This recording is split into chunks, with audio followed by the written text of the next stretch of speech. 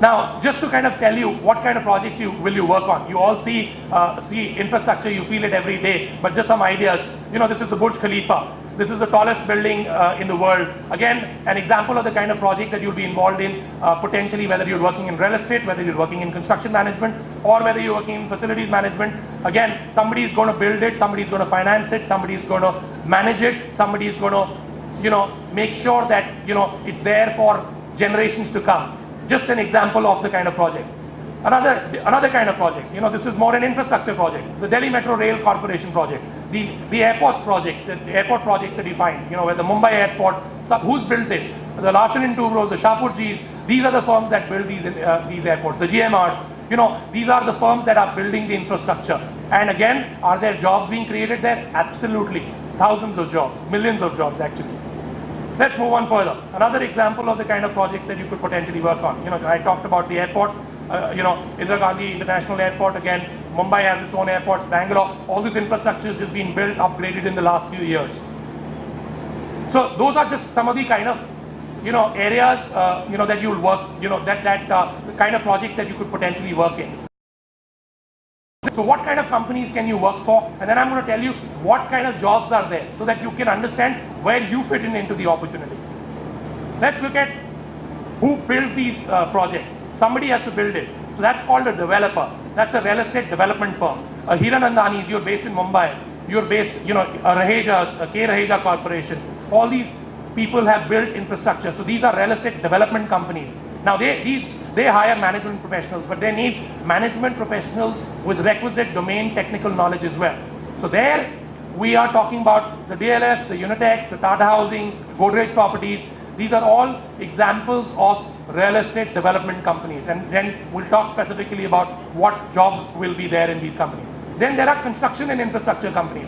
Now a developer does not build. He markets those projects, he buys the land, he gets it, he funds it, he gets funding from banks, financial institutions, from different sources, and he sells it. But what he does is he makes sure that somebody is going to be commissioned the task of constructing this. The person who's given, the company that is given the task of constructing this is called a construction and infrastructure company.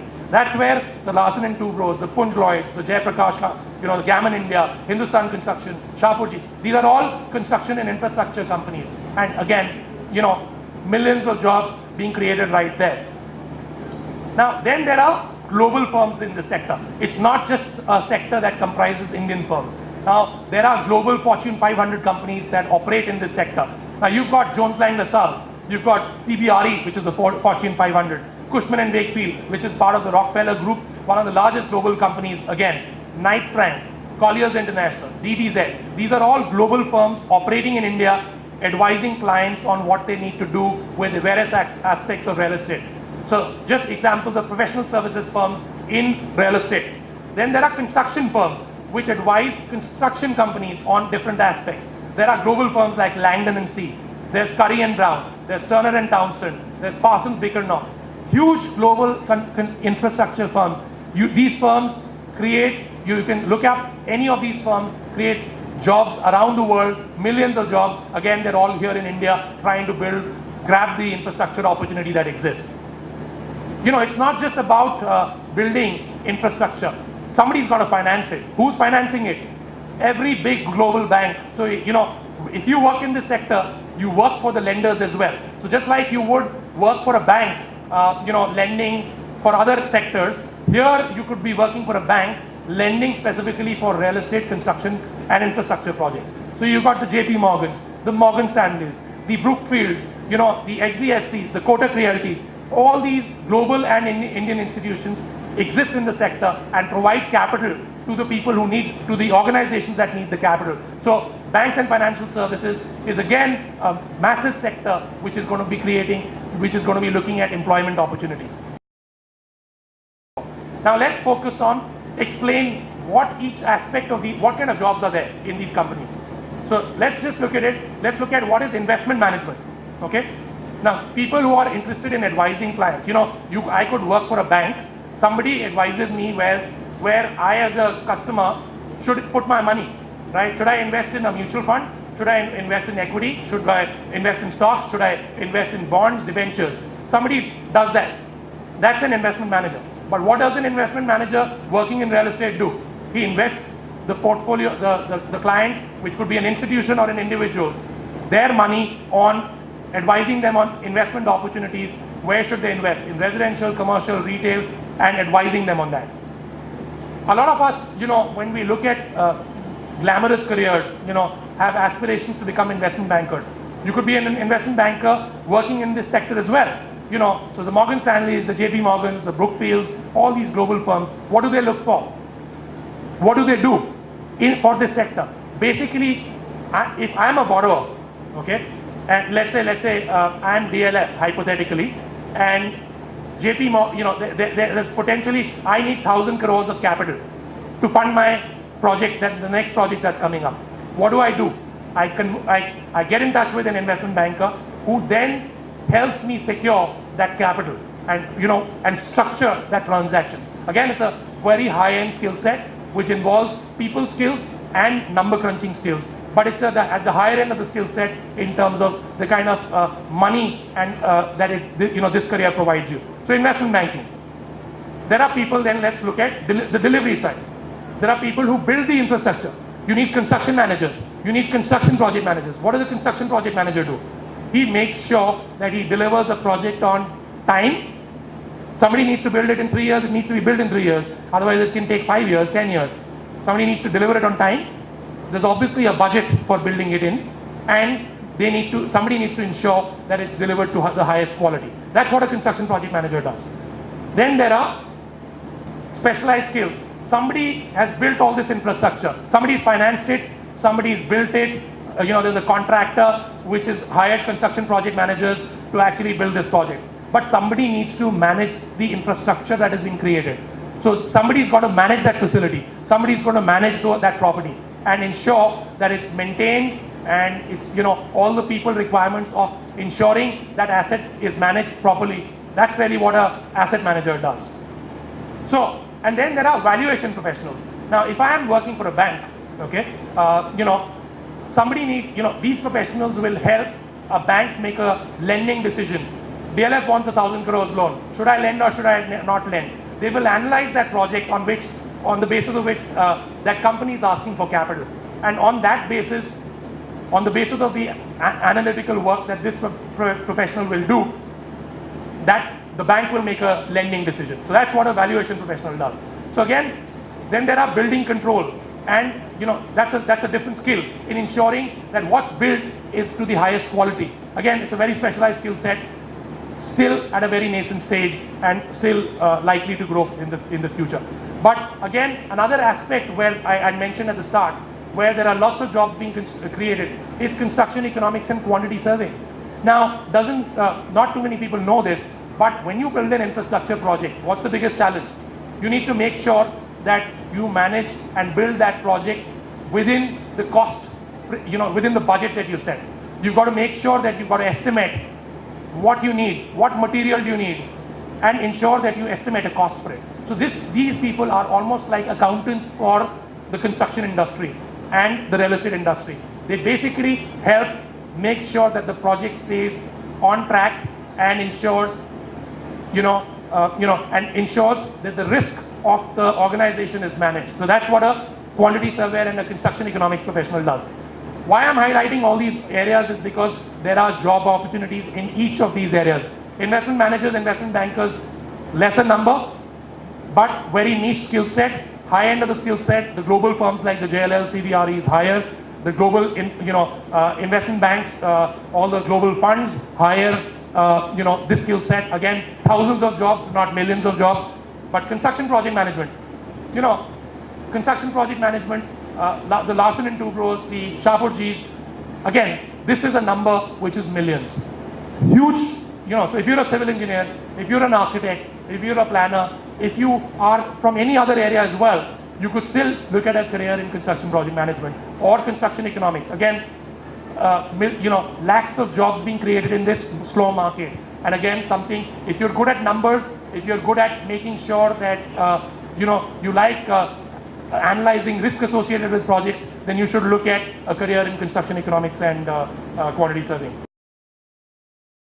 Why did I say that this is a recipe for money, success and fame? I'd say I'm a living good example of the fact that I joined the sector 17 years back. I think at the age of 30, I was the managing director of a firm in the country, of a large global firm. It's been 17 years, I've been heading businesses for the last 10 years. I don't think any sector would have given me this opportunity but the real estate sector. And the fact that I've done this in a very short period of time, I'm not alone. I'll give you some examples here. My mentor and idol, Mr. Anuj Puri, you can just look him up, Chairman and Managing Director of Jones Lang LaSalle, one of the largest global consulting firms. Anjuman Magazine, Chairman and Managing Director of CBRE South Asia. These are all people in their late 30s or early 40s who built million-dollar businesses, billion-dollar businesses, and are heading these businesses in this country. And I'm a smaller example of the manifestation of the success this sector has presented, but the fact that there's been huge opportunity. You see Anshul Jain, CEO of DDZ, another young guy who's again who's been very successful. Ashish Raheja right here for you in Mumbai. You all know Raheja Universal. Again, a young, dynamic 38, 40-year-old guy running a large development business. Again, all these are examples, and I can tell you these aren't the only examples. Some of these could be you, and I definitely encourage you, don't just do another generic MBA. Look at an MBA. Infrastructure is where the growth opportunity is.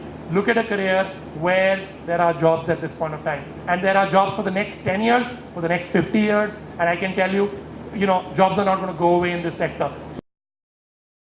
Thinking of doing my master's in international economics now. Sure. So sir, do I have any opportunities as such? Because if I do specialization in this, I'll be able to only work in this sector, this particular sector. Okay, very interesting. Good question. You see, today, when you do an MBA in real estate and urban infrastructure, okay, our program, there's a specialized program that's available. Again, whether it's with us, whether it's with any institution around the world, okay. What it does do is it utilizes technical skills. So infrastructure is a growth sector, but management skills are common. So these programs will still teach you economics, will still teach you the economics for built environment. It will still teach you marketing management in general. So you can't get away from learning management. You can't get away from learning economics. You can't get away from learning quantitative techniques. You can't get away from all that. But what it's doing is, it's also giving you all the specialized technical skills that this sector needs. So it's a combination of your management and technical skills, and that's why you can use this in this sector. But let's say tomorrow, you think you want to change your sector, but you'll understand this sector is so broad. Real estate is one, but within that it's residential, it's commercial, it's retail. Within that is consulting. There's lending, so you are actually not working in real estate alone.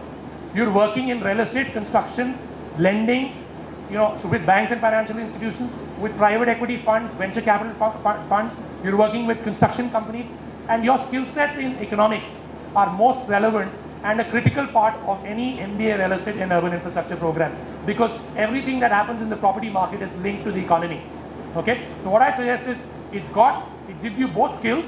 And if tomorrow you still feel that you want to explore, let's say, hypothetically, manufacturing is not what you would want to do. If you want to go to ITS, or you want to kind of look at something else. But tell me, where is economics going to be needed?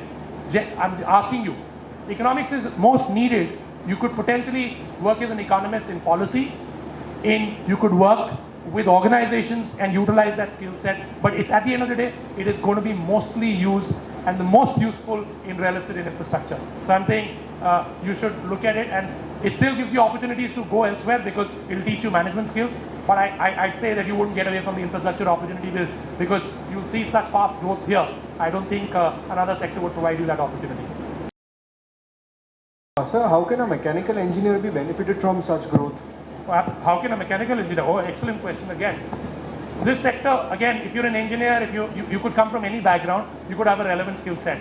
Now, in construction and real estate, mechanical engineering skills are critical. Okay, so an MEP professional is required in all infrastructure jobs, in all facilities management jobs. if you are managing all the infrastructure that you're building, so for you, there are huge opportunities of utilizing that skill set in, again, do a construction related program, okay, or do a real estate related program. But where are you going to utilize your skill set? You will learn a new skill set, but still end up utilizing your domain knowledge in mechanical engineering. In fact, today, if you look at a construction economics program, today the requirement of Shapoorji or L&T is not just for normal cost managers, not people who are doing risk assessment for their projects. They are looking for specialized professionals who are mechanical engineers.